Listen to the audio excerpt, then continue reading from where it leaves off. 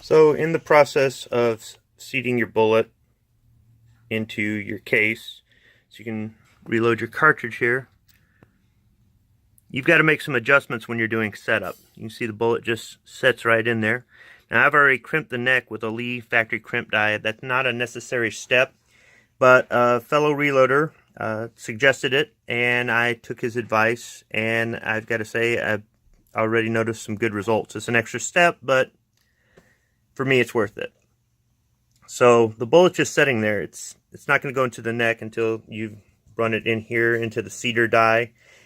This one's been set up to also crimp as well. Some do, some don't. You don't have to set it for a crimp. You can actually put it in a factory crimp die afterward if you want to do the extra step. It's totally up to you. That's one of the nice things about reloading is it can be customized to the individual taste. So when you raise the ram,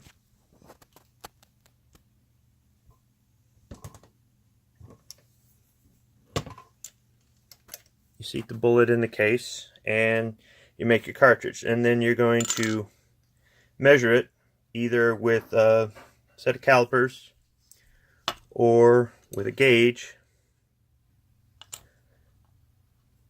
And this gauge says it's not fitting. But I'll go back and double check that. Now, when you're in the process of adjusting this back and forth, and I'm not going to go over that because it's a headache. You need 1 or 2 adjustable wrenches and some patience, I guess.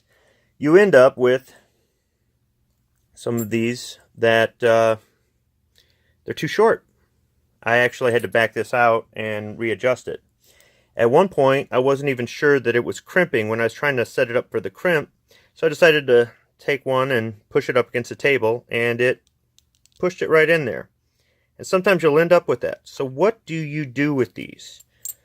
You can actually take these apart and reuse them. So I'm going to show how to use a Kinetic bullet puller. Now this is the RCBS one. This one is a pretty good one. It's about $20. It's made in the USA. Cabela's has one that's green. It looks a lot like this. It's also made in the USA, so it's probably made by RCBS. But I'm going to show you how to use this. All you really need is the bullet puller. It comes with 3 different collets. The collets are set for the diameter of the base of the cartridge that you're putting in there. And I recommend a wooden block, 4x4, 2x4, just a scrap piece of wood. So all you do, hopefully I can get all this in frame. It'll come with 1 collet in there, and then there's 2 extras in the package. Find the one that's going to fit the back of the case. It just slides in there. You're going towards the flat. Kind of hard to look at the camera and do this. So the inside of that is flat. That is, the back of this is flat. They fit together. Screw it in. Still, while it's still a little bit loose, not too snug, just go ahead and seat it. Should set right in there. Make sure it's tight. And hit it against a piece of wood. I don't recommend hitting it against the floor or anything else. I mean, you could. You may end up wearing holes in your carpet. If you hit it against a toolbox or an ammo can, you're going to dent it or put a hole right through it. This is plastic, but it's actually pretty tough. So I just use a scrap piece of wood. And hopefully the camera catches this. And just, it's all in the wrist. It's, if you just keep hitting it like you're nailing a nail, that's not going to work. You got to give it a nice kapow, like that. So what it'll do is it'll trap the, and I didn't give it a good enough kapow. Let me try again. So sometimes it can get a little loud. People in the house will wonder what you're doing. There we go. You can hear it rattling around. So I could have hit it a little bit harder, but I was trying not to be too violent with it. I'm always thinking I'm going to break this thing, but haven't yet. Still, I should probably get a backup. Now this one doesn't have any powder in it. It was one of the ones, it was empty, and I was testing it when I was adjusting the height. And there's the bullet. If there was powder in there, we'd have that all collected. We can dump that into a pan. Let me see if I can find one with some powder. This one sounds like it's got powder.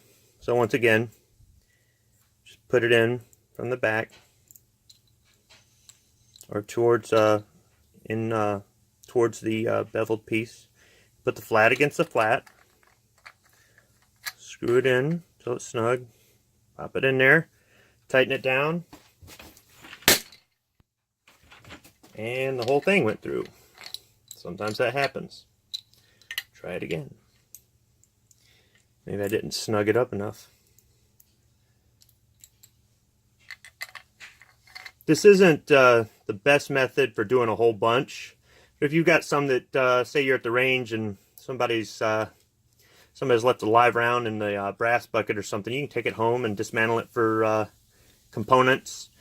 Or if you make a mistake during reloading, or like I said, during setup, you've got to kind of play with the height of the bullet going into the case, and sometimes you might make it a little bit too low, too short, and you've got a certain spec that you've got to work with.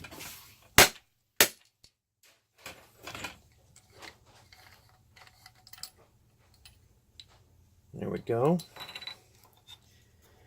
Just use one of your pans for powder and reload, and that one was empty. Let's try another.